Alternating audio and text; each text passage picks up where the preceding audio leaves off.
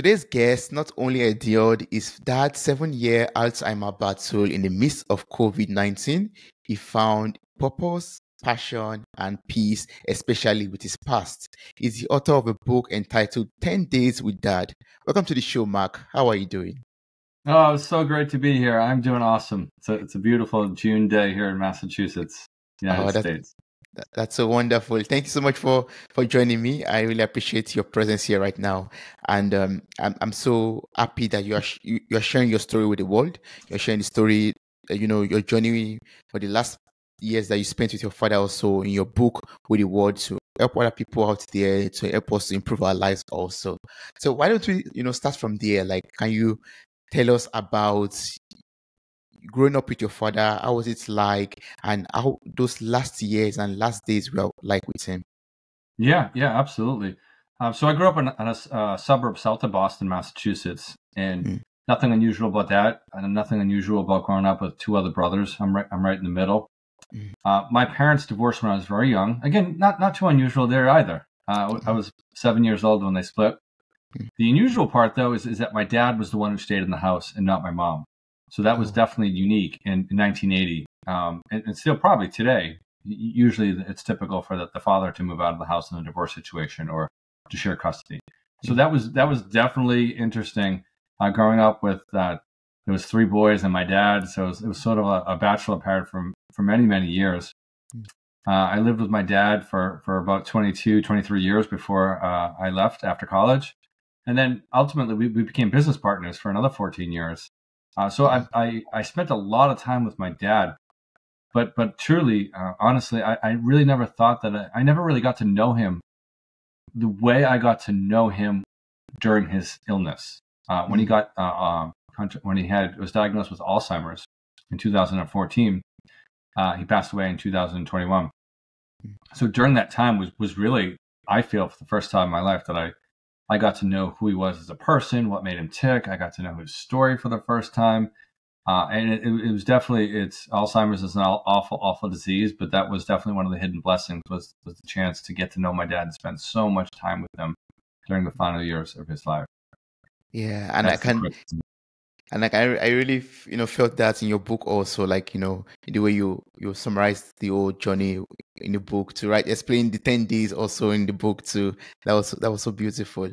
So can you just tell us more about this book, 10 Days with Dad? Like, what inspired you to pick that name, just for listeners out there, and what inspired you to share the story in such an intimate manner that you did? Yeah, absolutely. So growing up with my dad, one of the downsides of that is he was so busy taking care of us and getting us to hockey and soccer and Cub Scouts that one of the areas that he wasn't able to provide, I would say adequately, was the emotional support. Just sort of the uplifting, how you doing, how's everything going, just what can I do to help? It was really just nonstop for him all the time. And so I didn't get a lot of that sort of empathy or emotional support that probably most teenagers need. So as a youngster, in middle school, I started journaling just to have some place to record my thoughts and really just to get things out on paper.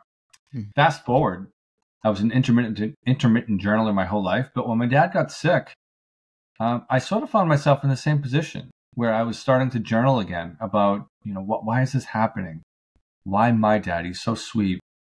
And then really quickly, within probably 3 or 4 weeks of journaling, I realized that there's something more here than just me venting on paper.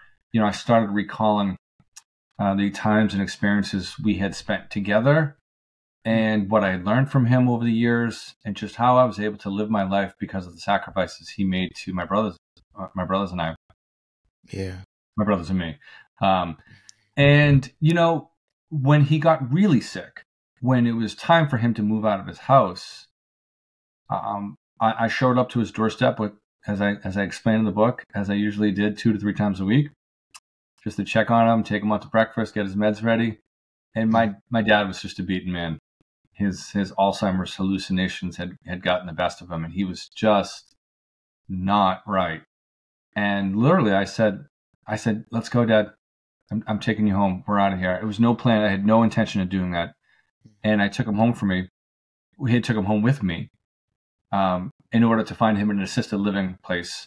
And so he ended up spending 10 days with my family and me in Massachusetts before we actually found a permanent home for him to move into with Alzheimer's. So it was really during those 10 days that everything started to click. Yeah. Journaling, the writing, the story, all the things I was remembering about my dad. And so those 10 days was really the impetus for the book. It was really the spark that made it happen. Oh, that's beautiful. I mean, you in your book you categorize the 10 days like the 1 London Broil, and the 2 Still No Plan, the 3 Time Machine, the 4 the Dog, all the way to the 10 Clean Up. Like you really went down deep into explaining the days to us in the book. That's so beautiful. That's good.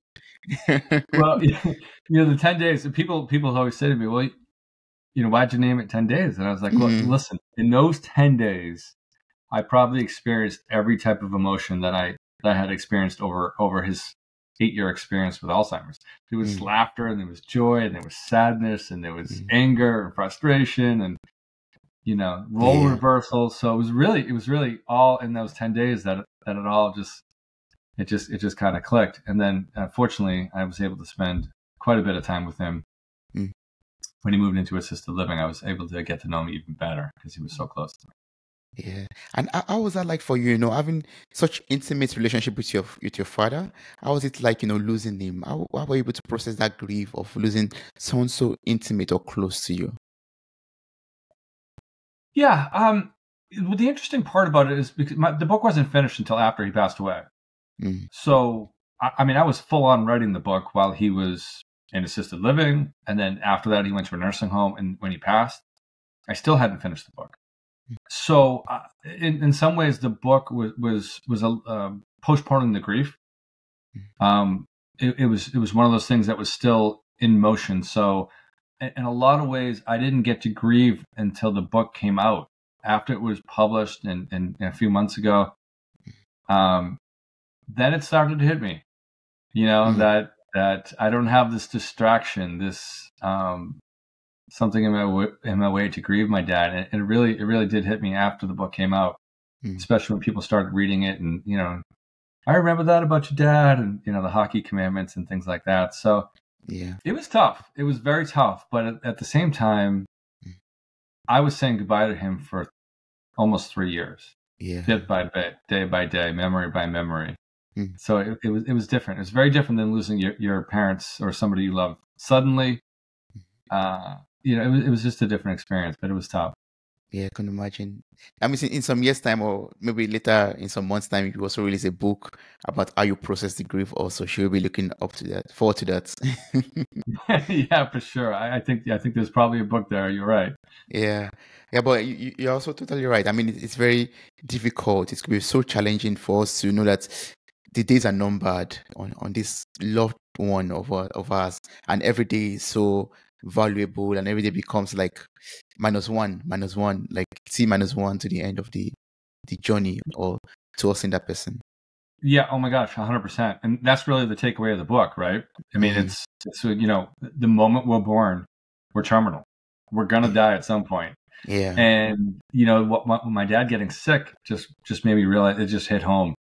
It hit home immediately that our life is limited and our experiences are important, even more so than how much money we make or what we're doing in life. It's just the life experiences with my family and with friends. And that's the takeaway of the book, really, is just don't wait. Don't wait like I did for a terminal disease to get to know your loved ones, your parents. Take this time now and enjoy it. Yes.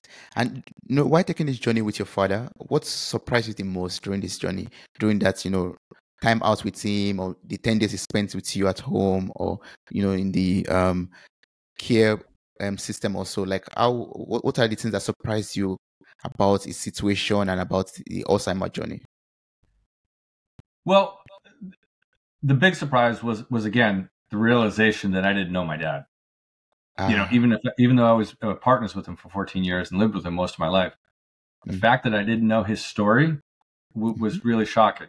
I didn't know the background. I didn't know, I knew he grew up with a single parent in his household too. It was his mom, not his dad. but I never really knew what happened. And so that was surprise number one, and kind of the shock of, oh my gosh, I wish I hadn't waited so long. And I still don't have all the answers to his, or all the chapters to his story. I was only able to get glimpses of it. So that surprised me. Number two, I knew I was like my dad in a lot of ways.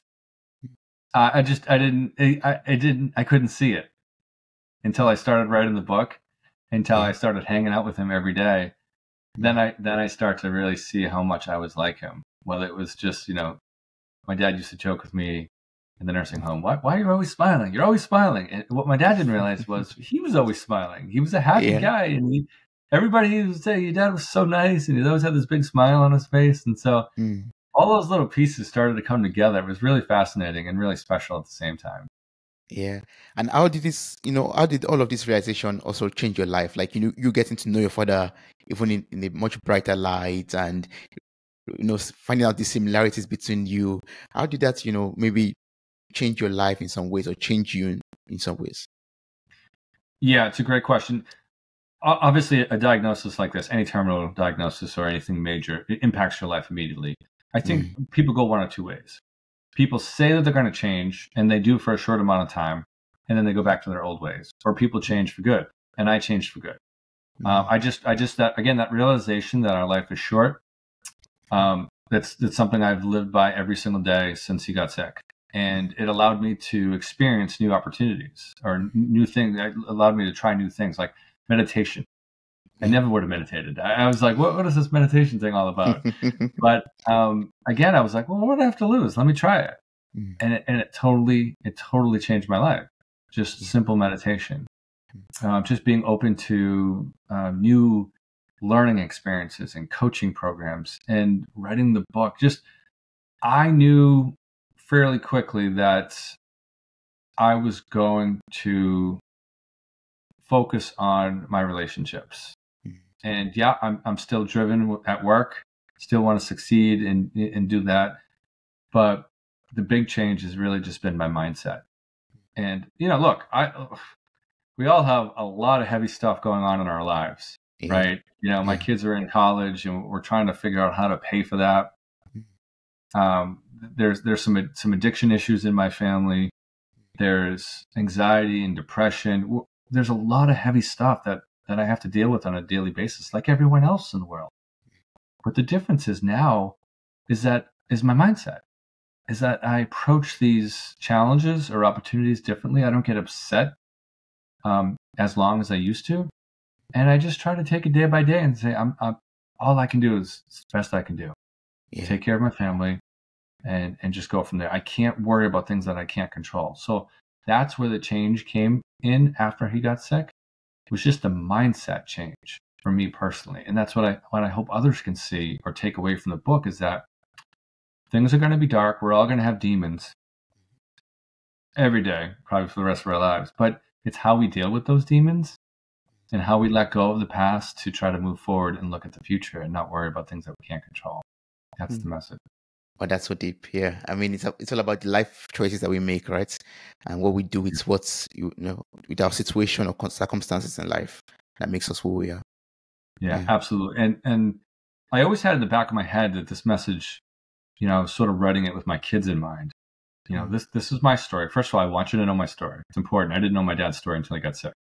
Second of all, you're so young. The time for you to pursue your passion, the time for you to not worry about these little things is right now. Build those life hacks and those life skills right now. You'll be so much happier later on in life. So even though I had that in mind with writing the book, I also knew that experience, that lesson, that message would apply to pretty much everybody, doesn't it? It doesn't matter how old you are. That's true. It's a message we can all listen to. Yes. And maybe you could dive deeper into this message for us. Like, for someone out there who is listening and said, yeah, I would love to pursue my passion, my purpose in life, but Mark, I don't know how to do it. Can you explain to me from your own experience, how can I pursue my passion? That is an awesome question.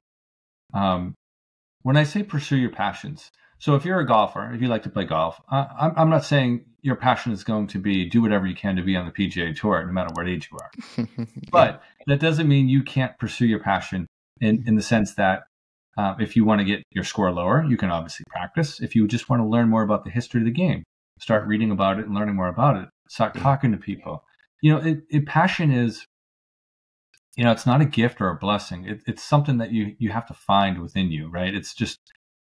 We all have passion for one thing or another, or hopefully multiple things. Yeah. And I keep telling my kids, like, if you like art, if you like music, and maybe you want to go deep in that career, you can. You can start small. You can get an internship.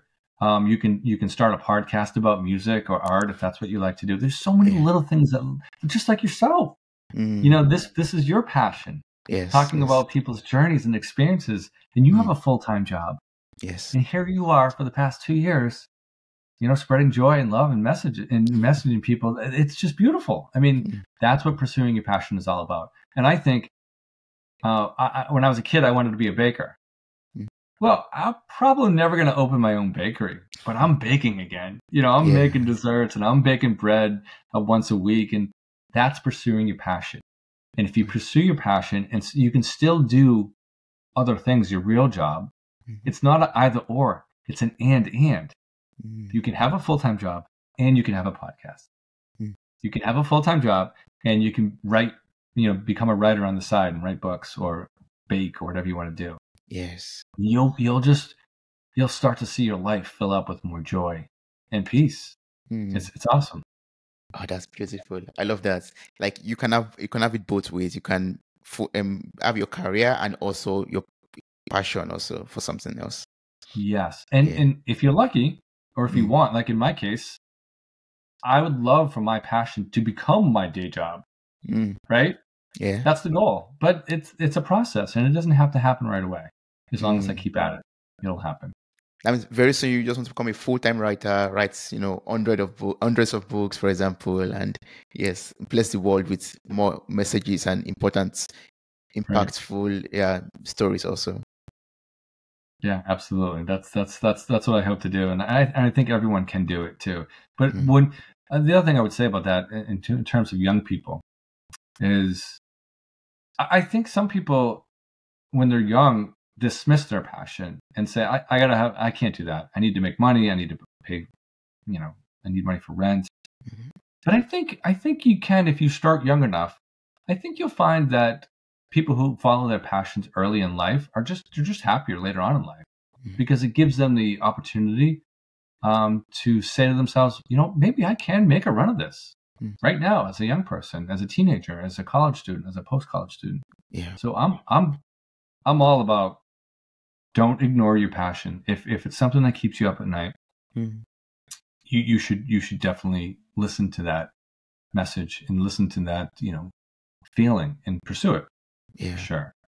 But what about if there's someone out there who is ready, to pursue that passion, to go ahead and, takes those steps towards achieving his or her goals in life, but there are like obstacles on the way, like maybe no funds, or I don't know, different obstacles could come out, challenges basically of life that could stand between us and our passion or our goals in life. How would you advise that person to overcome those obstacles and, forge ahead to pursue the passions? Well, it's a different world now. I think that it's acceptable for a young person to, if they have this option, to move back home with their parents or to move in with a relative to save money, right? Because money is an issue. I would say try not to let the excuses get in the way. I don't have the money. I don't have the time. I mean, this isn't a self-help book, but it's just how I feel. Yeah. I feel that if you really want to pursue something, if it keeps you up at night, if it's the last thing you think about when you go to bed, and it's the first thing you think about in the morning, you have to listen to your heart, and you've got to find a way. You've got to move back home. You've got to take out a loan if you can afford to do that. I'm not saying, hey, go max out your credit cards or anything crazy like that, but ask for help. That's probably the number one thing I would say to young people. Ask for help. You don't have to do this by yourself. Yeah. If you need money, you can try to ask for it. If you need advice, find a mentor. Mm. You know what I'm saying? Like, I don't Yes. want to, I just think people are reluctant to ask for help. People want to help people succeed. Yeah. And that's the truth. You're totally right. I mean, once we have, an area that we cannot fill up ourselves, we have to ask for help in order to move forward in life. Yeah, you're right.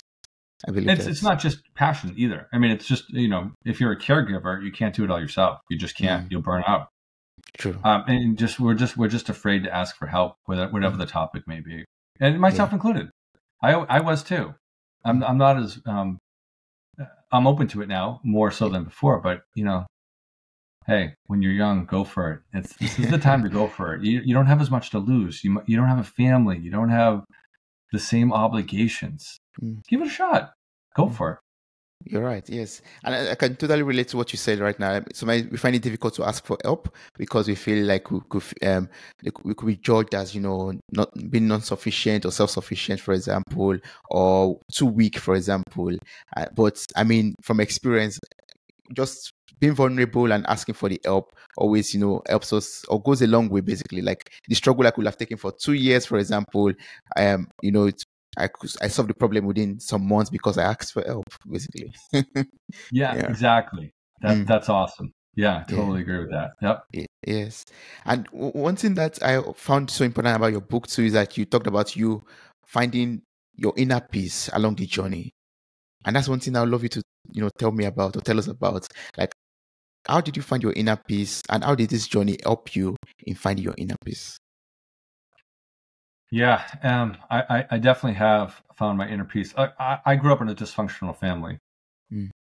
Growing up with my dad and not a mom in the house, and that had some consequences emotionally and psychologically. But guess what? Since the book is published, I know that a lot of people have dysfunctional families. You just can't let it control your destiny, your future.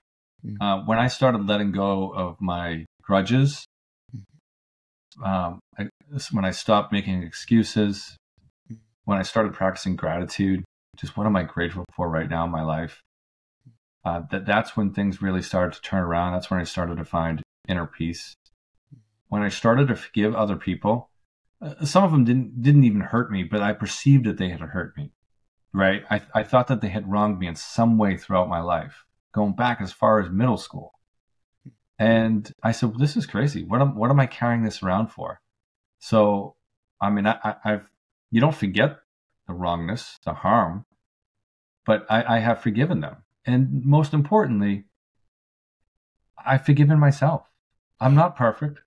Like I said, I have demons like you. I have weaknesses. I have lots of bad habits, but I don't let them bother me anymore. And once I was able to sort of free that space up in my mind to focus on positive things and just the goodness in my life, the things I'm grateful for, I just feel at peace. I just feel at ease. Again, there's still a lot of stuff to deal with in my life, but I just, our bus ride is short, and we have a limited time on this life. Yeah. And guess what? None of us are obligated to be the people we were when we were 8 years old, or 20, or 30. We can change at any time. We can take control of our story at any point if we let ourselves. We're not obligated to be the people that other people think we are. That's true. So it's never too late to change, to forgive. But really, just forgiving myself was probably the biggest thing that came out of the tragedy of my dad's disease. Yeah. I mean, I can imagine that, it could be so difficult to let go of those past grudges or malice or whatever. It could be so difficult to forgive yourself of the past. But once you're able to do that work and overcome that, you feel lighter because you've let go, you've released that burden basically, and you have that inner peace and joy. It's like you're removing a blanket off your life, and then you allow the light to shine in, basically. That's exactly it. You're on a stage. You're in the theater. You're on the stage, and finally that bright light can shine on you, and not all these other people who you think have gotten in your way. Yeah. Shine the light on yourself. It's your turn to let go and to move on. And look, again, it took a tragedy for me to get to this point. And again, that's the other message of the book. Don't wait for tragedy or something life altering to happen in your life to change your mindset. Do it right now. Start little. Just you can't be upset with anything or anybody in your life while you're practicing gratitude. So if you're having a crappy day or a minute or whatever, write down everything you're grateful for on a piece of paper. And it's almost impossible to be thinking about great things you're grateful for and being upset. Gratitude is mental magic. There's no substitute for it. So give it a shot. Yes, that's my take home from this episode. One of my take home, actually. Gratitude is very important. Right on. Writing it down. Yeah, that's one of them. I mean, you shared a lot already, and gratitude, forgiveness, and all that, like awesome work that one has to do, pushing our passion, and you have to start right now. Right now is the time to start. Yes, right now is the right time to start. Yes. Yeah, I know it can sound hokey pokey, or it could sound so simple, but it is. It's just that simple. Not easy. Simple though. Anybody can do it. You're still going to struggle, but it's simple to start it. The process of healing and forgiveness and letting go and loving yourself and pursuing your passion. And would you say it's always a slow paced journey that we still have to go on? Like, I mean, the journey of healing and the journey of letting go, the journey of pursuing your passion. Is it something that we have to take that time to really pursue, or is it something that we can also fast track also? Well, I mean, the last thing you want to do is to try to do everything at once. Starting right now, I'm going to forgive everybody in my life. I'm going to forgive myself right now. I'm going to, that's probably unrealistic. I would say take it in small pieces. Start simple, start small. If you want to lose 20 pounds and you've never worked out in your life, do 5 push-ups a day. You just have to start the habit. Gratitude is a skill. It's a muscle. If you want to be a writer, you have to write often. It doesn't have to be all day, but it has to be 5 minutes a day. You have to build those muscles. You have to build your forgiveness muscles, your gratitude muscles, your writing muscles, your soccer kicking, your football kicking skill muscles. So these are all muscles that have to be worked. And the longer we don't work them, that's where people get overwhelmed. I haven't played football in 15 years and you want me to go out there and sign up for a men's league? Well, maybe start small and just start, walking around the block a few times. It's just, it is a marathon. It's not a sprint, for sure. I know that's cliche, but you do have to start small and build yourself up. Yes, that's true. So, Mark, I know that you have 10 commandments of life, and I would just love you to, maybe enlighten me about them, share them with me, and how you came about them too. I'm interested in, your 10 commandments of life. Yeah, totally. It's funny because I didn't even know this was going to be a book. And certainly when I was writing the story of my dad, I knew it really wasn't my dad's story. It was really my story all along. So the one thing I remember most about my dad when he passed was he was a legendary hockey coach in my mind. Yeah, he's a legend. And ice hockey. And when he passed, a lot of his former players and friends would say to me, "Oh, I love you, Dad. I remember his 10 commandments of hockey." So before every game, as a little guy, we used to pass out these sheets of paper it was called the 10 commandments of hockey, but there was really 29 of them. There was 10 of this in passing and 10 of off. Anyways. Okay. And everybody, all these years later, they remembered the 10 commandments. And I thought, oh my gosh, that's incredible. What a lasting legacy that was for all his former players to remember these. And I started thinking to myself, well, what kind of commandments or life lessons or way of living what kind of lessons do I want to leave to my children? This is how I lived my life to achieve the, balance and happiness. And it just kind of came together. I thought of his commandments and I thought of what I've learned from my dad, either watching him or emulating him over the years, and what I learned from the experiences that he provided for me. It just kind of clicked. these are the 10 simple things that if I could leave 10 things behind to my children, messages, these would be them. Never make excuses. Expect less. Yeah, you want to have goals, but it's not going to happen immediately just because you want it to happen. Sometimes you have to lower your expectations, which sounds kind of weird, but it's true. Do the best you can, but don't expect the world to fall into your hands. Give more. Always give more. Right? Don't have any regrets. Forgive other people. Be kind. Be a kindness mentor. Hold the door open. Every once in a while, just surprise somebody and buy them a cup of coffee. Just smile. Just be polite. Just be civil. And these days, these are just simple little commandments that, as I was writing the book and reflecting on what I learned from my dad, it just kind of clicked. And these are the 10 ways or commandments of living. I struggle to use the word commandment because, from a spiritual point of view, the 10 I struggled with commandments that. in the Bible. But my dad had his hockey commandments, so it tied in nicely. And I think everybody has their own commandments. Yours are going to be different than mine, but we have them. Whether it's 5 or 10 or 3, these are the pillars, right? These are what you want to live every day. You want to wake up and try to do these things. Yes. That's true. Wow, that's so beautiful. I mean, that's a lot to think about and reflect. Like, there are simple things, but there are things that we have to always remember or remind ourselves about. Like, smile, be a cheerful giver, for example, and also always be polite to other people, be helping and be helpful to other people. Open the door and help other people do this. Yeah, those are like simple things but still things that we always have to remind ourselves of all the time. Yeah. Yeah, and I want to be clear, it's not a self-help book, because I feel like self-help books, they sort of almost tell you what to do. Like, if you do this, this is what's going to happen. And that's just not how life works. And I don't proclaim it to be a self-help book. I'm just telling people my story. This is what happened to me as a young boy. Yeah. These are the feelings I harbored or grudges I held because of it. And then when something bad happened in my life, when my dad got sick, I started to re-examine my life. And then my filter changed. And I'm not saying do this. I'm just saying this is what I did. Yeah. These are some of the simple things that I think that I would want my children to do, because I know they'll be happier. But they're just it's just my story. We all have a story to tell. And we all have our own commitments to live by.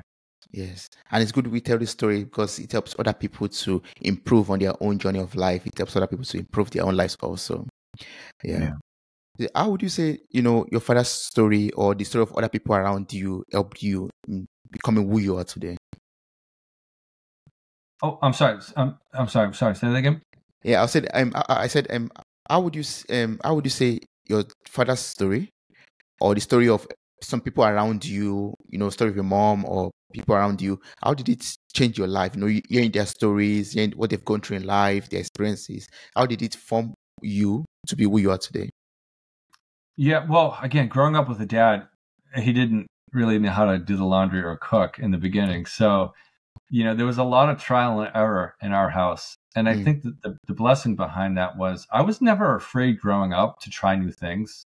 I didn't need to be told what to do. I had a lot of freedom growing up, my whole life, really. And so it actually it turned out to be a strength in some ways, because not that I wasn't nervous in a new environment, but I was a little bit less nervous than other people.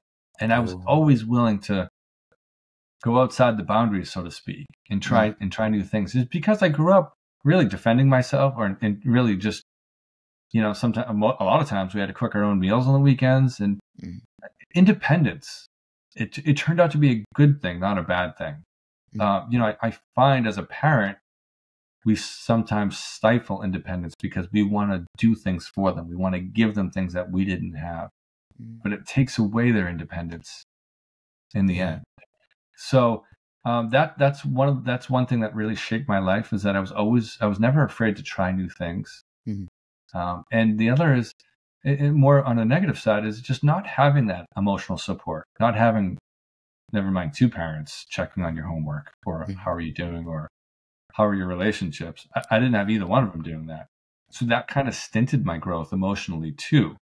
I wasn't always empathetic, and I wasn't always It's not that I didn't care. Of course I did. I cared even probably more so than most people, but I didn't know how to show it. I didn't know how to express myself, my genuine affection and care for people.